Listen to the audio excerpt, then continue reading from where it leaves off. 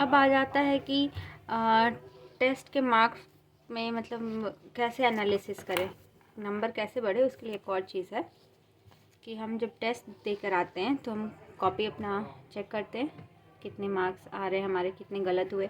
तो हमें उसका भी एक चार्ट बनाना है। उसमें रहेगा डेट, टेस्ट कैसा, फुल सिलेबस है या हाफ पार्ट सिलेबस है, फिर टेस्ट नंबर 1 2 जो है वो लिख लेना है, फिर स्किप्ड क्वेश्चन, करेक्ट नहीं है स्किप्ड, मैंने कितने छोड़ दिए, ठीक है। और करेक्ट भी लिख सकते हैं, यहाँ पे करेक्ट का भी एक कॉलम बना सकते हैं, इससे कॉन्फिडेंस बढ़े कि हाँ मेरे इतने सही हुए।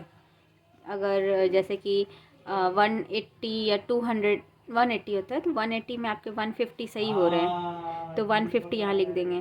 फिर एक ब्लॉक बनाएंगे स्किप्ड क्वेश्चन, कितने मैंने छोड़ दिए, 150 सही हुए, उसके अलावा मैंने 20 छोड़ दिए तो 20 स्किप्ड लिख देना है। और इनकरेक्ट 10 गलत हो गए तो -10, यहाँ पे माइनस जैसे भी लिखना है, माइनस एक दिमाग में ये मैसेज डालता है कि इतना गलत हुआ, इसको मुझे ठीक करना है। फिर मार्क्स स्कोर ये अपने हिसाब से कर लेना है, मैक्सिमम मार्क्स जो है वो लिखना है, फिर परसेंटेज चाहे तो लिख सकते हैं। फिर जो मेन यहाँ पे आता है कि subject wise correct and incorrect कितने हुए, ये बहुत ज़रूरी है। तो यहाँ पे जैसे है फिज़िक्स में कितने सही हुए, तो 25 में से जितने सही हुए वो लिखना है, कितने गलत हुए वो लिखना है।